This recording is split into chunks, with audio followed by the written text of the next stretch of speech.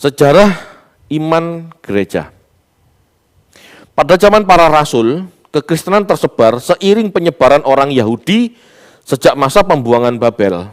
Ya, jadi sejak masa pembuangan Babel, orang Yahudi itu menyebar di mana-mana. Jadi Yerusalem dihancurkan Nebukadnezar, orang Yahudi dibuang ke Babel, dan sebagian juga bisa terserak kemana-mana, ya karena pengepungan itu, karena pembuangan itu, gitu ya.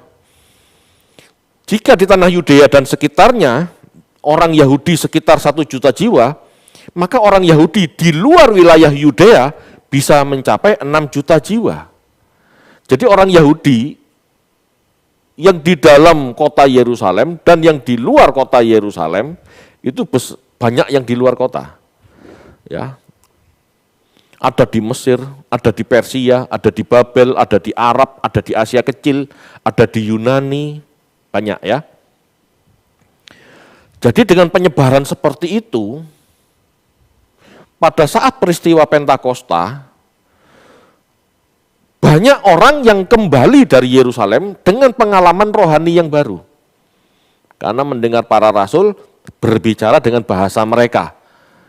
Mendengar mereka yang berbahasa asing, gitu ya, dan dipahami mereka takjub lah, wong ini orang-orang Ibrani yang berbahasa Aramaik, lah kok bisa berbahasa asing, kok bisa bahasa daerahku, kok menjelaskan Yesus dengan jelas, dan aku paham dengan bahasaku, gitu ya.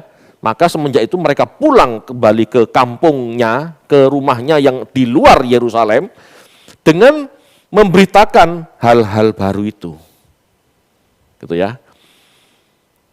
Jadi sebelum rasul-rasul menyebar, memberitakan Injil, orang-orang yang dari Yerusalem, karena bahasa lidah asing itu disampaikan secara luas saat itu, dan orang-orang di daerah itu mengerti bahasa lidah asing gitu ya, maka mereka kembali ke daerah Mesir, kembali ke daerah Persia, kembali ke Babel, itu dengan berita baru. Paham ya? Berita baru itu menyatakan bahwa Yesus telah lahir sebagai Mesias. Yesus Juru Selamat itu diberitakan. Jadi sebelum para rasul menginjil ke daerah-daerah di luar Yerusalem, kekristenan sudah sampai ke bangsa-bangsa sebetulnya. Gitu ya. Ketambahan nanti peristiwa Stefanus. Begitu Stefanus, orang Yahudi yang percaya, orang Yahudi yang berbahasa Yunani ini terbunuh, dirajam oleh orang-orang Yahudi Yerusalem, maka larilah orang-orang Yahudi yang berbahasa Yunani pergi ke luar Yudea, luar Yerusalem. Pulang semua, takut. Gitu ya. Jadi orang Yahudi diuber orang Yahudi. Orang Yahudi yang berbahasa Yunani, yang percaya Yesus, dikejar-kejar orang Yahudi Ortodok, dikejar-kejar orang Yahudi Yudaisme, gitu loh ya. Dikejar-kejar, termasuk yang ngejar salah satunya Saulus sebelum jadi Paulus.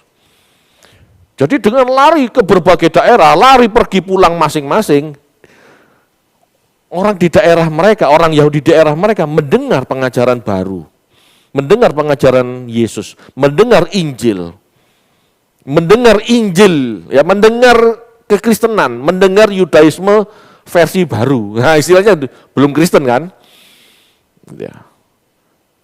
Dengan penyebaran itu, ya, maka di kota Antiokhia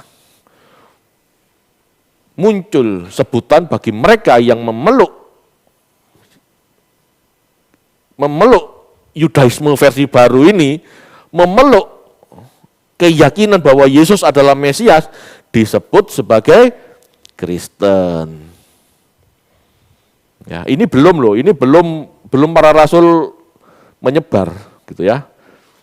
Jadi penyebaran kekristenan itu dimulai dari kota Yerusalem oleh orang-orang Yahudi berbahasa Yunani, oleh orang-orang Yahudi berbahasa lain yang pulang ke daerahnya masing-masing karena dikejar-kejar orang Yahudi Yudaisme Ortodok ini.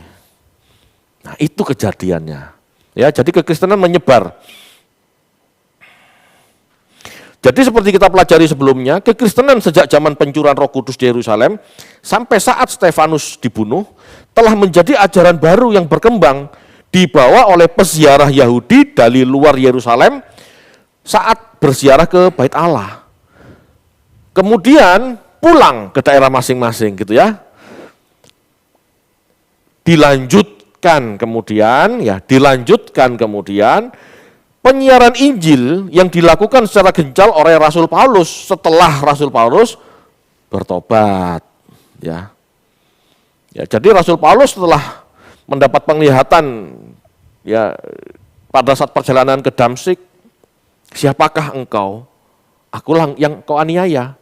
Jelas ya, Saulus menganiaya Yesus, Saulus menganiaya pengikut Yesus. Yang menyatakan diri kepada Saulus adalah, akulah yang kau aniaya, berarti akulah Yesus. Gitu. Nah pada saat itulah pertobatan Saulus dan dirubah namanya menjadi Paulus. Gitu ya. Dari situlah ya Paulus mulai menginjil dari pertobatan itu. Ini cara singkat, sebetulnya tidak singkat, 3 hari dalam kondisi buta, lalu belajar firman Tuhan, belajar secara langsung gitu ya. Belajar secara langsung dari mana? Ya bisa, dia kan seorang tokoh Alkitab, tokoh pembelajar, seorang teolog kitab suci kan si Saulus, orang Farisi kan, dari golongan Gamaliel gitu ya. Jadi dia belajar sendiri, dia menyepi ke Arab sekian tahun gitu ya, dan dia memahami siapa yang dia aniaya dan dia akui sebagai Tuhannya gitu ya. Lalu dia bertemu para rasul gitu, dan dia menyebarkan kebenaran ke luar Yerusalem. Ya, itu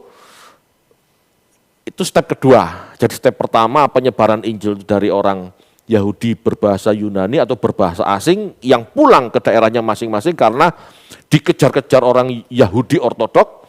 Itu langkah pertama. Langkah kedua penyebaran kekristenan oleh Rasul Paulus. Gitu ya. Kemudian dilanjutkan oleh rasul-rasul yang lain gitu. Banyak orang Yahudi maupun non-Yahudi yang tertarik pada ajaran baru ini dan menjadi percaya. Meski banyak juga yang membenci, karena bagi non-Yahudi, orang Yahudi itu tampak moralis dan eksklusif.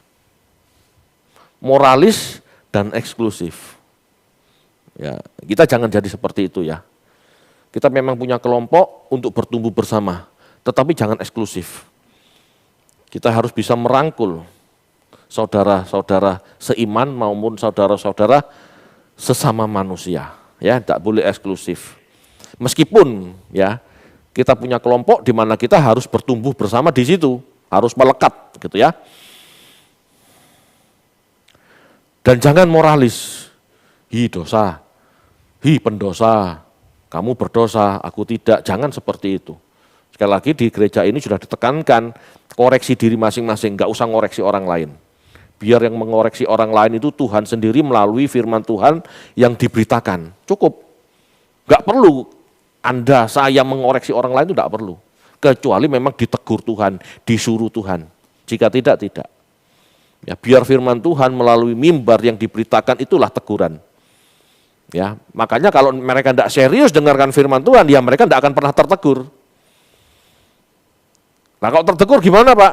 Ya berubahlah, jangan malah nesu. Nah itu, ya cara menyikapi firman yang benar kan seperti itu.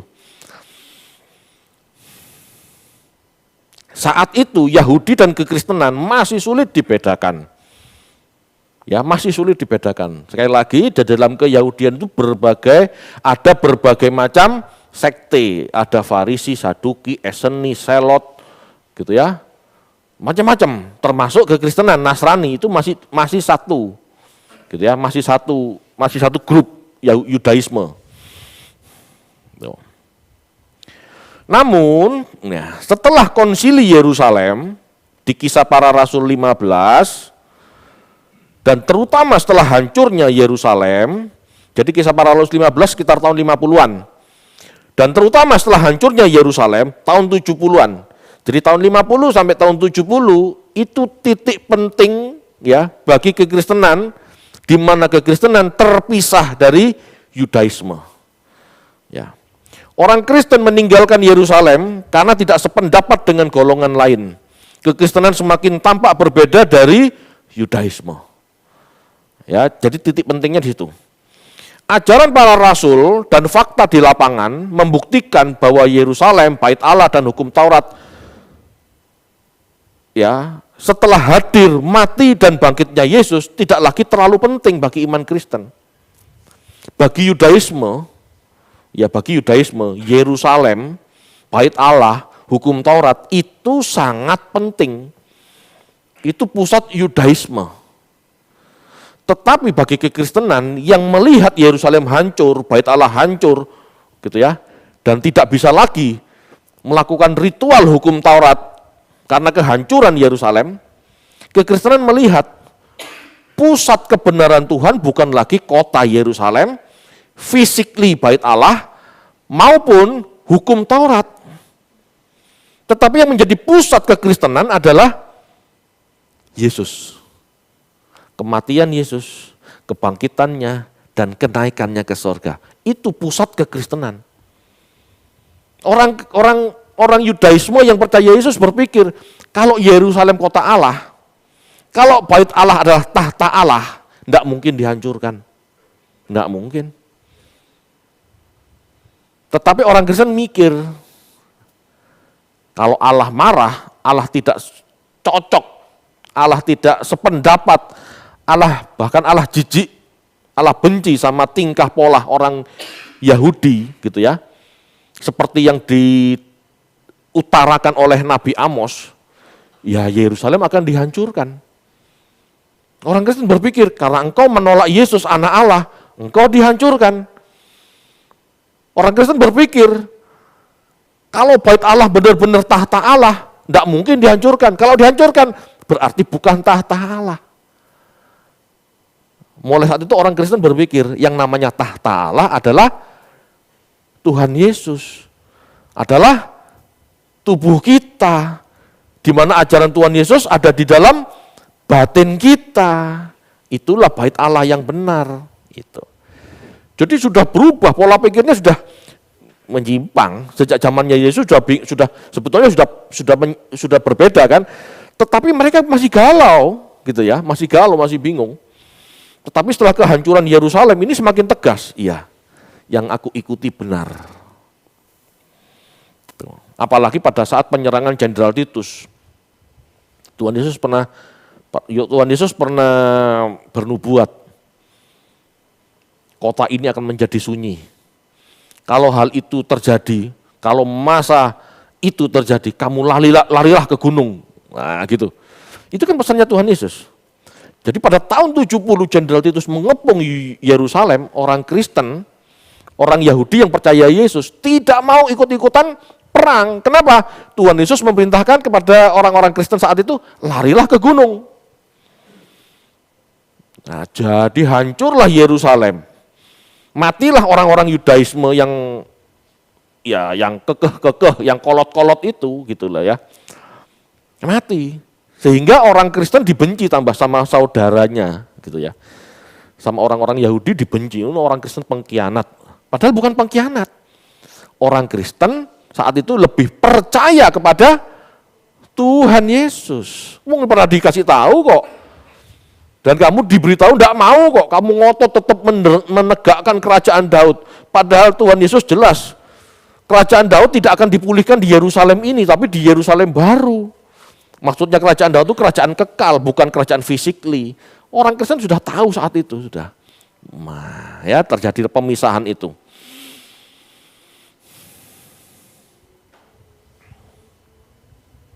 Jadi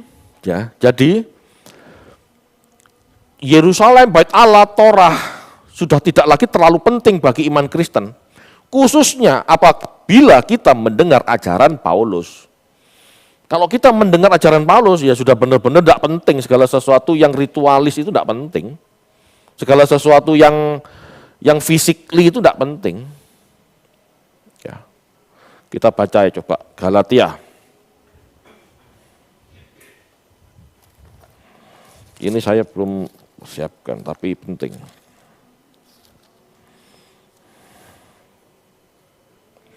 Galatia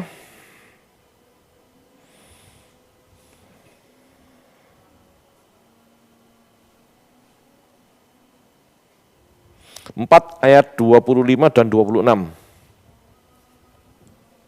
Galatia 4 ayat 25 dan 26. Hagar ialah gunung Sinai di tanah Arab dan ia sama dengan Yerusalem yang sekarang. Karena ia hidup dalam perhambaan dengan anak-anaknya. Tetapi Yerusalem surgawi adalah perempuan yang merdeka dan ialah ibu kita. Jelas? Dari Yerusalem yang sekarang, Yerusalem yang ada saat itu bukan Yerusalem yang benar, bukan tujuan kekristenan. Tetapi Yerusalem surgawi adalah perempuan merdeka, ialah ibu kita. Kita lahir dari Yerusalem surgawi dan akan kembali ke Yerusalem surgawi, itu maksudnya. Bukan Yerusalem jasmani. Jadi kalau kekristenan masih ribet sama Yerusalem yang ada sekarang, itu salah. Kita tidak ada hubungannya sama Yerusalem yang ada sekarang. Ya, hubungan kita sama Yerusalem surgawi. Itu Rasul Paulus jelas loh. Ya. Setelah masa para rasul di abad pertama, jemaat-jemaat mengimani tulisan-tulisan para rasul. Ya, jadi para rasul sudah meninggal semua, termasuk Yohanes juga meninggal tahun 104 atau 105 gitu ya. Saat itu belum ada kanon kitab suci. Kitab suci yang dipakai masih Perjanjian Lama, Septuaginta. Tetapi belum ada kitab suci Perjanjian Baru. Belum ada kredo. Ya tahu ya kredo ya, pengakuan iman belum ada. Teologi belum berkembang. Ya. Jadi orang-orang Kristen yang ada saat itu masih mengandalkan ajaran para rasul secara lisan. Nek diiling gitu. Cuman diingat gitu ya. Tidak semua gereja, tidak semua jemaat punya tulisan para rasul. Jadi tulisan-tulisan para rasul itu ada di beberapa gereja tertentu saja. Ya, contoh kita punya 27 ya, Perjanjian Baru. Jumlah jemaat yang ada saat itu lebih dari 27 gitu loh misalnya. Jadi surat-surat itu belum menyebar luas gitu. Jadi ada kebingungan. Nah, sedangkan ajaran sesat merajalela, gnostis merajalela. Dari dalam kekristenan sendiri, orang mengajar ajaran-ajaran yang tidak sama dengan ajaran yang diajarkan para rasul, itu banyak. Jadi bersyukurlah kita sekarang kalau ada kitab suci, kita bisa bandingkan, ini benar gak ajaran ini? Kitab suci acuannya. Gitu ya. Kalau kita nggak mau mengacu kitab suci, ya bingung kita mengacu pada siapa. Gitu ya. Sehingga muncul ajaran-ajaran yang berkembang, yang berbeda, seolah-olah ajaran Tuhan dan para rasul, padahal bukan. Ya. Baik di luar gereja maupun di dalam gereja sendiri, banyak ajaran bervariasi. Bayangkan itu. Di satu sisi, kekristenan diuber-uber, dikejar-kejar orang Yahudi, dikejar-kejar tentara Roma. Bayangkan.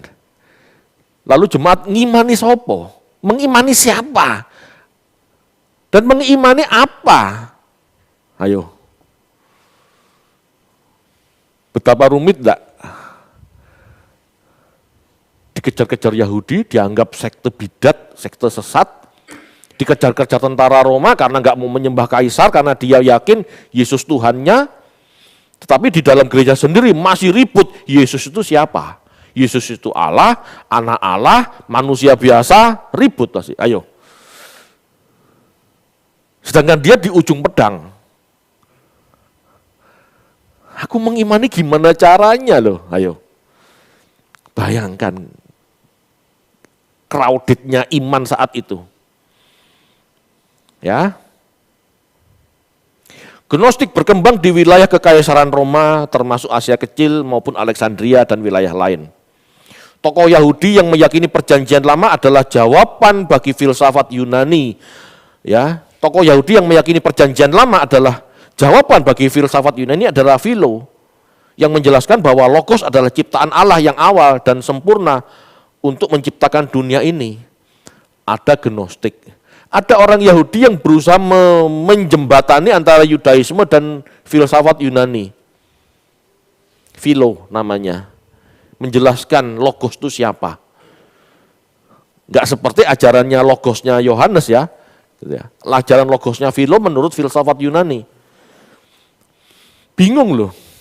Jangankan mereka, Anda sekarang aja yang punya literatur banyak, kalau saya tanya, apa beda logosnya Philo sama logosnya Yohanes? Saya yakin 90% tidak ada yang bisa jawab. Padahal sudah saya jelaskan beberapa minggu lalu. Iya Pak, lupa Pak. Iya, apalagi saat itu. Apalagi jemaat saat itu. Yang tidak pernah diajar seperti ini, apa gak bingung gitu. Ya.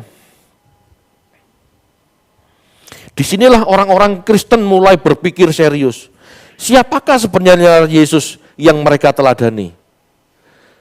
Jadi dalam sikon yang seperti itulah orang-orang Kristen, teolog-teolognya berpikir, bagaimana mengokohkan iman Kristen saat itu. Ya.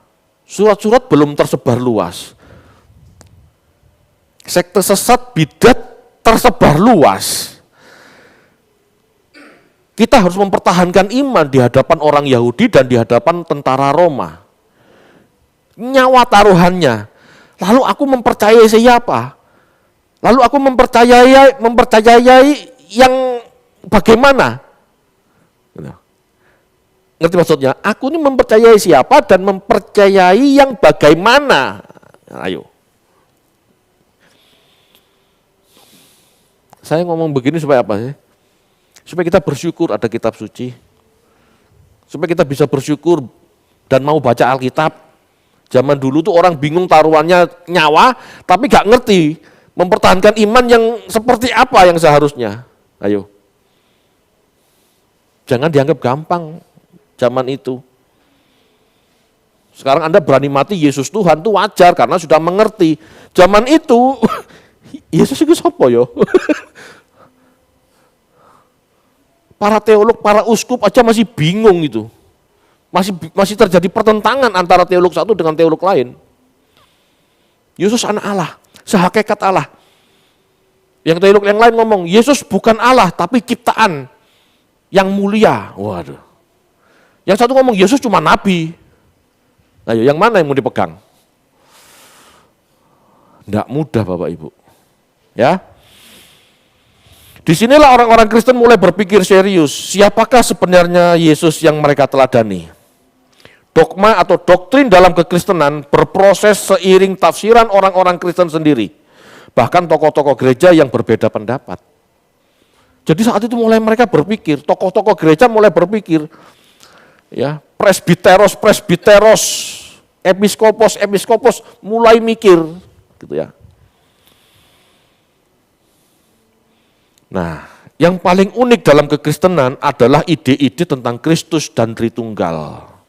Siapakah sosok Yesus yang dipahami sebagai Kristus dalam gereja? Siapakah sosok Kristus, gitu ya? Apakah dia malaikat utusan Allah? Apakah dia anak Allah yang sehakikat? Atau seperti apa? Mereka mulai berpikir saat itu. Ya. Jadi ini kisah awal abad kedua. Kenapa? Kok belum utuh Pak ajarannya? Ya karena perjanjian baru belum tersebar luas. Jemaat Efesus masih terima surat Paulus Jemaat Efesus masih terima surat Paulus yang adalah kitab Efesus sekarang kita pahami. Tetapi belum tentu punya kitab surat yang lain, belum tentu punya kitab Roma, belum tentu. Belum tentu kita punya kitab Wahyu, belum tentu. Gitu ya. Karena surat itu diberikan kepada jemaat-jemaat yang dituju. Jadi Efesus itu surat Paulus untuk Efesus. Sudah. Belum tentu jemaat lain punya. Gitu ya. Tetapi karena pentingnya surat-surat ini, sehingga jika mereka tahu ada surat dari Rasul, maka jemaat lain yang tidak punya surat itu, mereka nyalin. Menulis ulang, nyalin Bapak Ibu. Sekarang enak ya, Pak minta filenya. Enak kan? Tapi tidak mau baca. Sudah ada YouTube, tapi nggak mau dengerin. Padahal dulu, nulis ulang Bapak Ibu, nulis ulang. Belum ada mesin cetak, belum ada fotokopi. Mau coba, Anda salin saja, surat Titus gitu, nggak terlalu panjang kan, coba disalin. Ayo aja. Ayo, mau? Atau Anda mau coba menyalin kitab Roma?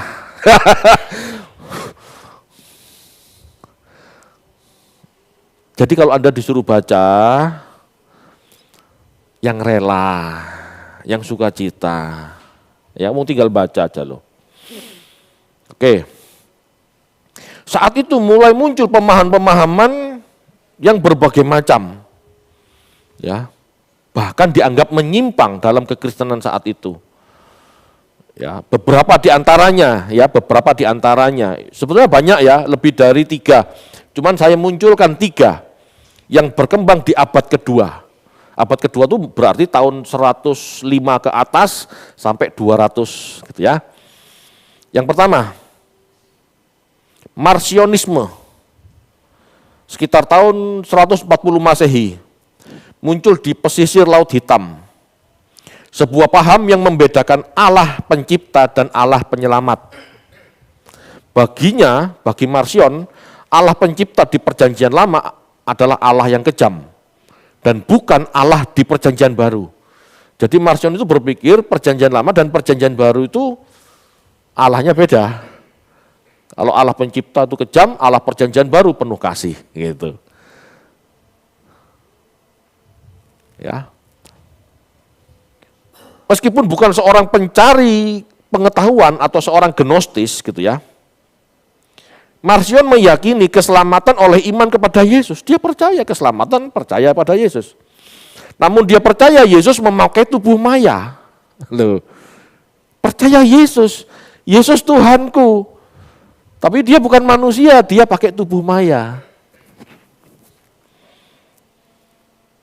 Kok kayak gitu ya Pak? Ya iyalah, Anda harus memaklumi. Wong kita yang komplit aja kadang-kadang masih ribut sama tafsiran denominasi sebelah.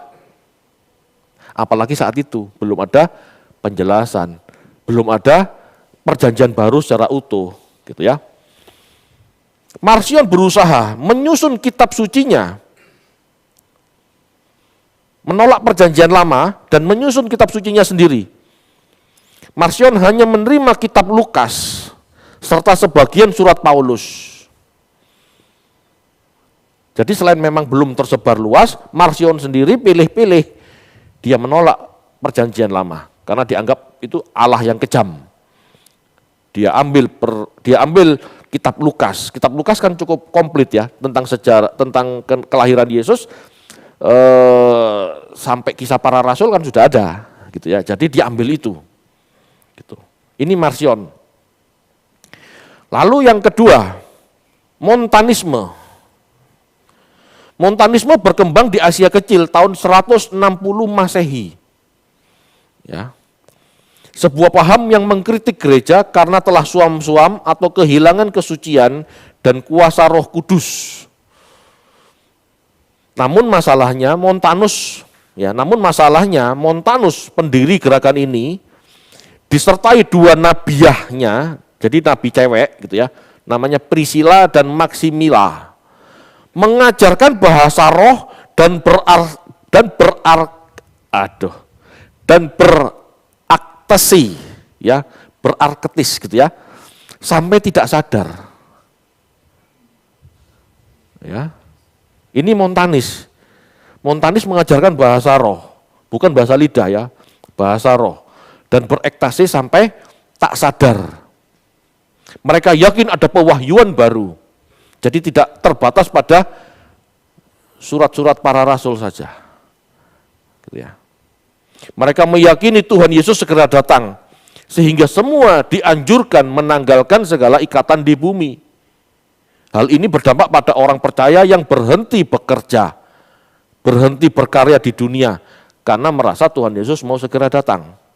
Jadi mereka benar-benar berarkestis, benar-benar hidup berkelompok, menyendiri, ya kegiatannya cuma berbahasa roh, berdoa, berbahasa roh, berdoa. Itu montanis. Nah, pertanyaannya, apakah Pantekosta modern, ya, kelanjutan dari montanis? Nah, itu kita nggak tahu. Karena tidak ada yang pernah merekam model bahasa rohnya montanis kan. Rekamannya tidak ada. Jadi dianggap ada yang menganggap sama, ada yang menganggap berbeda. Kalau seandainya ada rekaman zaman dulu, lalu kita dengar si wala wala wala, sandalawa, ya berarti sama. Kan gitu ya. Tetapi ini tidak ada rekaman, jadi kita tidak tahu. Gitu. Tetapi bagi sebagian teolog gitu ya, montanis ini ya meracau seperti itu, seperti yang dilakukan gereja Pantekosta atau karismatik modern. Gitu ya. Cuman mereka orang-orang gitu ya, orang-orang yang tidak sependapat dengan Pantekosta dan karismatik tentang bahasa roh yang seperti ini, ya mereka menyampaikannya secara apa ya? Menurut saya secara santun. Dan mungkin mereka juga sudah merasa percuma aku ngomong, karena mereka sudah meyakini bahasa roh itu sebagai bahasa yang Tuhan beri gitu loh. Padahal menurut firman Tuhan tidak seperti itu. Gitu. Paham ya? Jadi Anda mau nganggap bahasa roh kita atau aliran kita Pantekosta ini kelanjutan montanis, silahkan. Menolak juga ya silahkan. Tapi belajar jujur supaya apa yang kita lakukan tidak salah. Gitu ya. Itu montanis, ya. Aliran ini hilang abad ke-4 Masehi. Jadi tahun 300 sekian hilang, tidak ada lagi. Lalu baru muncul, ya, kelompok yang berbahasa roh ini baru muncul di Azusa Street tahun 1906 kalau nggak salah. Yaitulah cikal bakal Pantekosta modern. Gitu. Apakah ada hubungannya? Tak ada yang tahu. Sebagian teolog berpikir sama, sebagian teolog berpikir berbeda. Gitu ya. Kalau teolog Pantekosta sendiri berpikir Pantekosta yang sekarang adalah kelanjutan dari kelompok yang ada di peristiwa Pantekosta Yerusalem. Seperti itu. Ya. Padahal kalau mau belajar sungguh-sungguh yang enggak juga gitu ya, kalau mau belajar sungguh-sungguh ya. Tetapi masing-masing sekali lagi saya persilahkan Anda masing-masing memiliki hati nurani yang bersih untuk menilai. Gitu. Pakai nurani masing-masing. Saya tidak memaksakan sebuah pendapat dalam hal ini, ya. Ini sejarah yang harus saya ungkap apa adanya, gitu. Arianisme, ya, ini muncul abad ketiga, tahun 256 sampai 336 sesuai dengan usianya Arius. Jadi 3 abad pertama, gitu ya. Inilah kelompok-kelompok yang dalam tanda kutip dianggap sebagai bidat zaman itu. Ya. Arius adalah seorang penatua jemaat yang dihormati. Sebetulnya Arius ini adalah presbiteros gitu ya, oleh gereja di kota Alexandria, kota pusat kekristenan, kota pusat kekristenan. Ada zaman dulu ada 2 pusat kota kekristenan, ya, Alexandria dan Antioquia. Jadi 2 ini istilahnya kiblatnya, ya, kiblatnya kekristenan, Antioquia dan Alexandria. Sampai sekarang 2 kota ini dianggap sebagai pemimpin dalam teologi zaman itu, ya. Sebagai seorang yang terpelajar, Arius adalah murid Lucianus. Dia mampu berdebat dengan pemikiran yang sangat terlatih. Tampaknya dia juga seorang yang saleh. Jadi Arius ini orang saleh loh, bukan orang bejat loh. Ya, dia orang saleh. Karena terobsesi mempertahankan keesaan Allah, Arius berpendapat bahwa sekiranya Allah membagikan hakikatnya bersama dengan oknum yang lain, yaitu yang dimaksud Yesus, berarti bahwa Allah itu dapat berubah dan dapat dibedakan. Sehingga bagi Arius, Yesus bukanlah Allah, tetapi sekedar ciptaan yang ilahi, tidak sederajat dengan Allah. Ini Arius. Ya. Jadi Arius ini mengajarkan Yesus tidak sehakikat Allah. Yesus ciptaan. Memang Yesus mulia, memang Yesus yang utama, memang Yesus suci, tetapi dia bukan Allah. Gitu maksudnya, ya. Jadi pemahaman ini mulai muncul abad ketiga. Ya, ini dari seseorang yang saleh loh. Saleh, Bapak Ibu ngerti saleh ya? Bukan seorang yang bejat atau seorang yang pemabuk, ngawur gitu ya. Ini seorang saleh loh. Punya pemikiran seperti itu, gitu ya. Nah, Arianisme ini pada akhirnya dianggap sebagai bidat, ditentang oleh tokoh-tokoh yang lain saat itu, gitu ya. Ini masih sebuah pengantar ya Bapak Ibu malam ini saya munculkan gitu ya. Tetapi di pertemuan-pertemuan berikutnya kita lebih masuk ke dogmanya. Menurut Arius Tuhan Yesus seperti apa? Menurut Athanasius Tuhan Yesus seperti apa? Ini nanti saya sampaikan. Gitu ya. Dari sisi teologis, sebagai ajaran yang berakar dari Yahudi, mereka sangat kokoh mempertahankan kitab suci Perjanjian Lama. Mereka mempertahankan keesaan Allah, sehingga menempatkan Yesus sebagai sosok ilahi tidaklah mudah dipahami. Ya, kekristenan berasal dari Yudaisme, yang benar-benar menekankan monoteisme, menekankan kesatuan Allah. Jadi kalau Allah itu satu, Yesus itu siapa? Karena memang dari sononya orang Yahudi itu tidak berpikir bahwa Allah menjadi manusia, tidak pernah. Allah, Yesus ini siapa? Sosok ilahi ini siapa? Ingat, saat itu ada bermacam-macam pemikiran ya di dalam Yudaisme.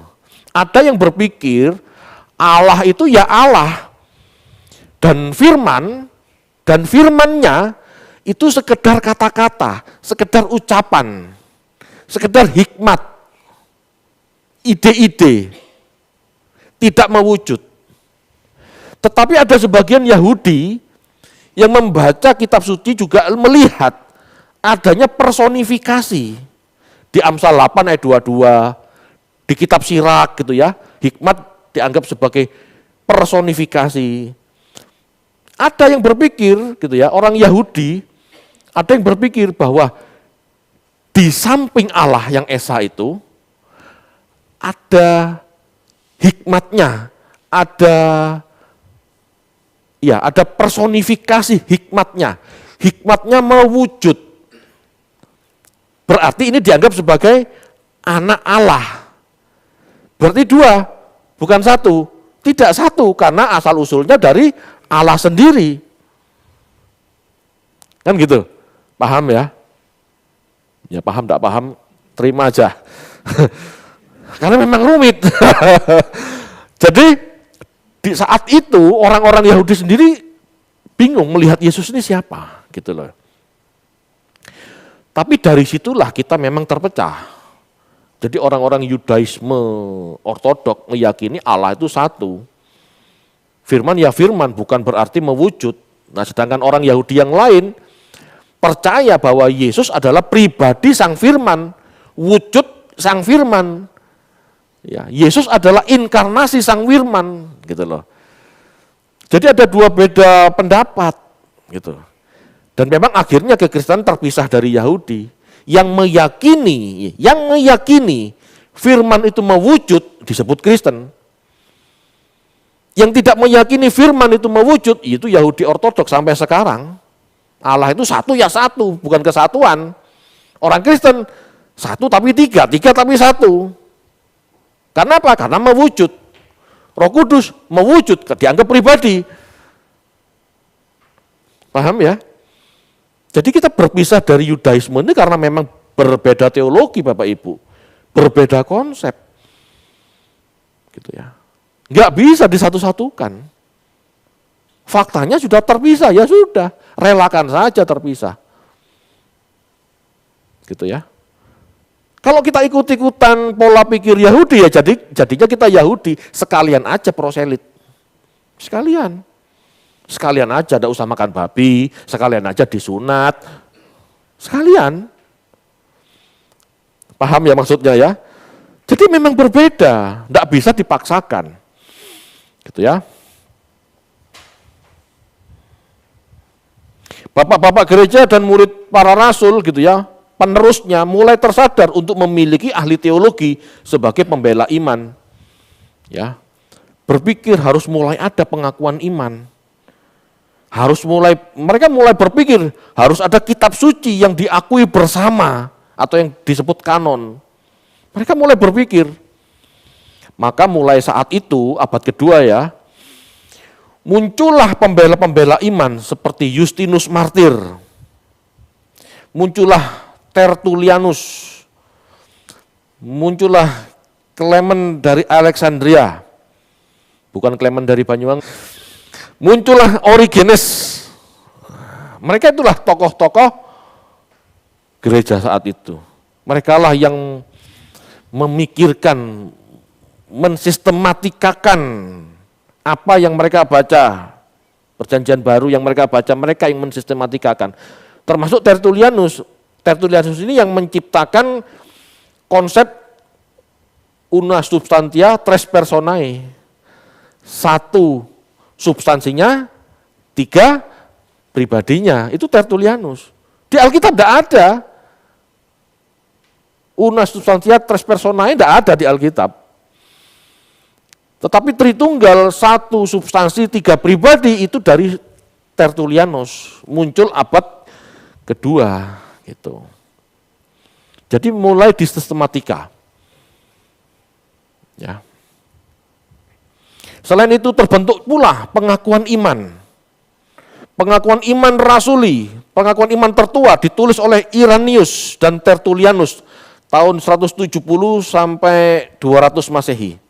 Ya, kemudian pengakuan iman rasuli yang ditulis oleh beberapa orang diaken. Jadi gini, pengakuan iman tertua dirancang oleh Irenaeus dan Tertullianus. Terbentuk, diolah gitu ya. Akhirnya muncul menjadi pengakuan iman rasuli yang ditulis beberapa orang, diaken dan uskup berdasar pengajaran para rasul. Gitu ya.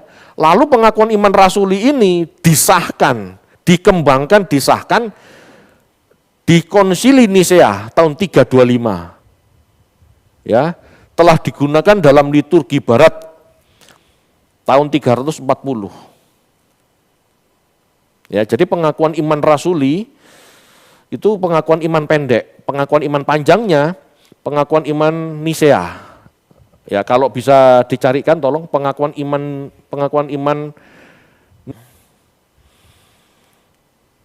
pada tanggal 29 Oktober 312 Masehi, prajurit atau pasukan Konstantinus memasuki gerbang Roma dengan tanda salib setelah mengalahkan Maxentius, ya, dengan memenggal kepalanya.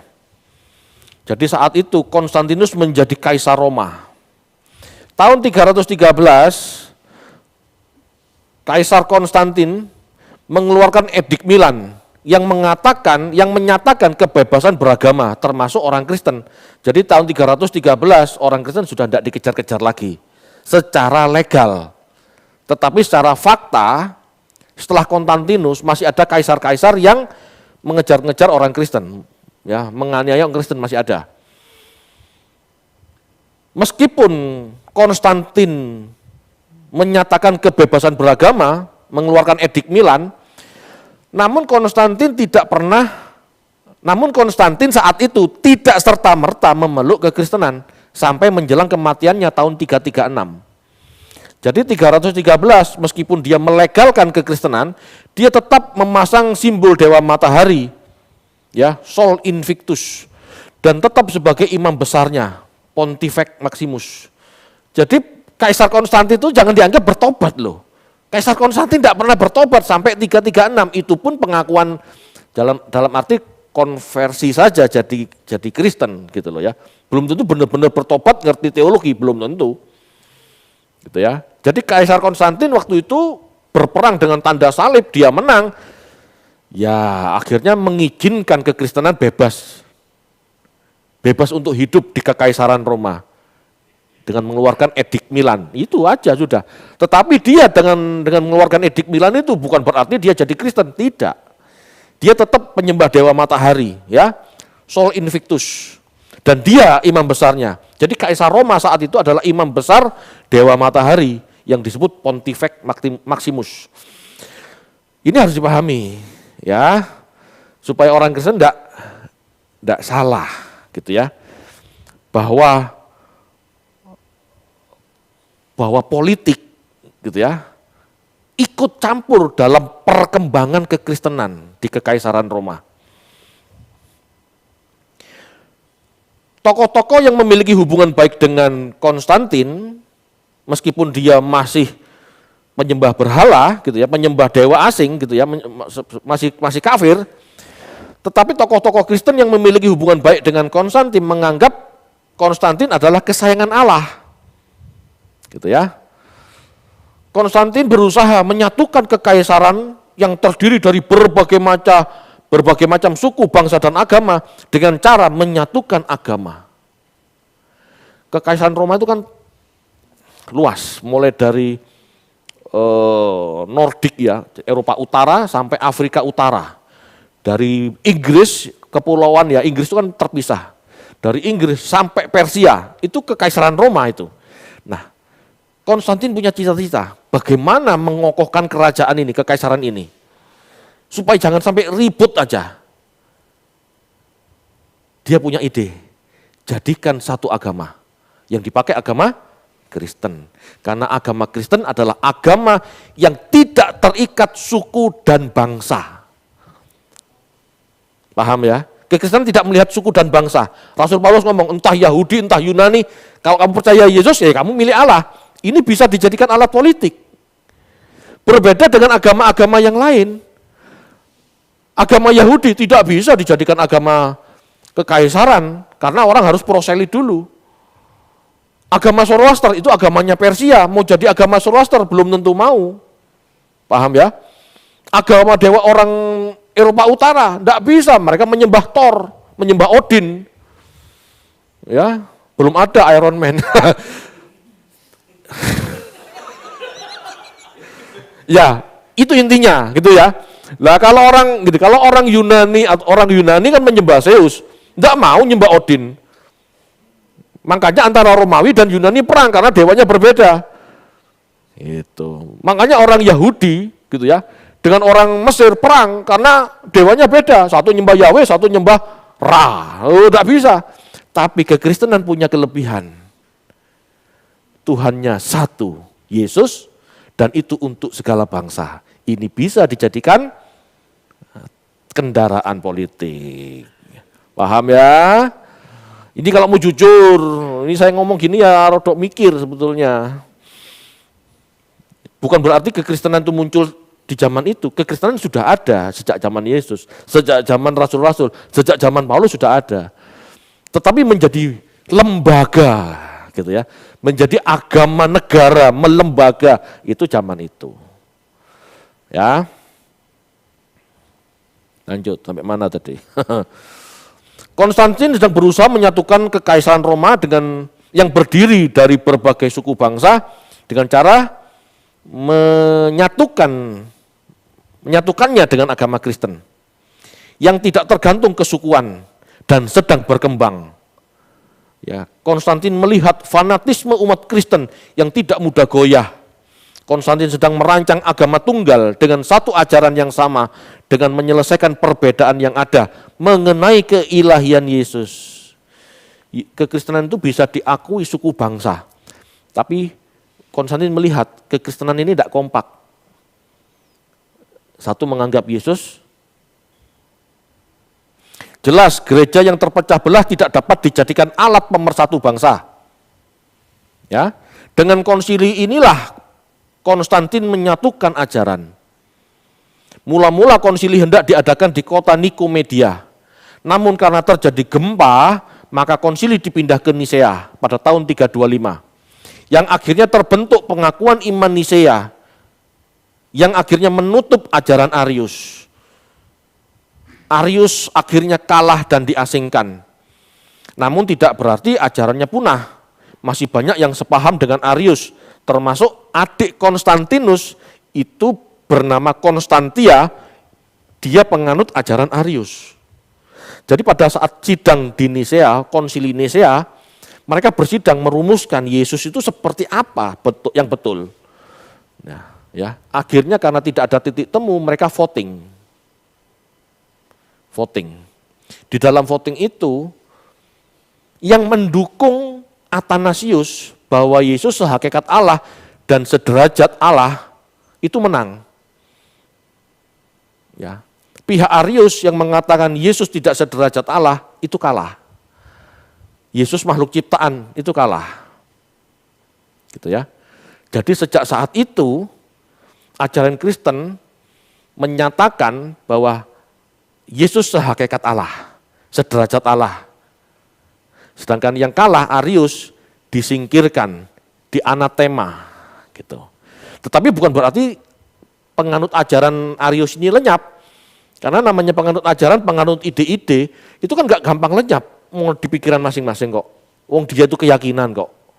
Paham ya? Jadi tetap ada. Gitu ya. Tetap ada. Dan sampai sekarang itu wujudnya ya saksi Yehova. Itu. Ini pertanyaan saja. Tradisi manusia sejak zaman dulu ya begitu. Oke, saya tutup sampai di sini dan saya buka ruang bertanya. Silakan.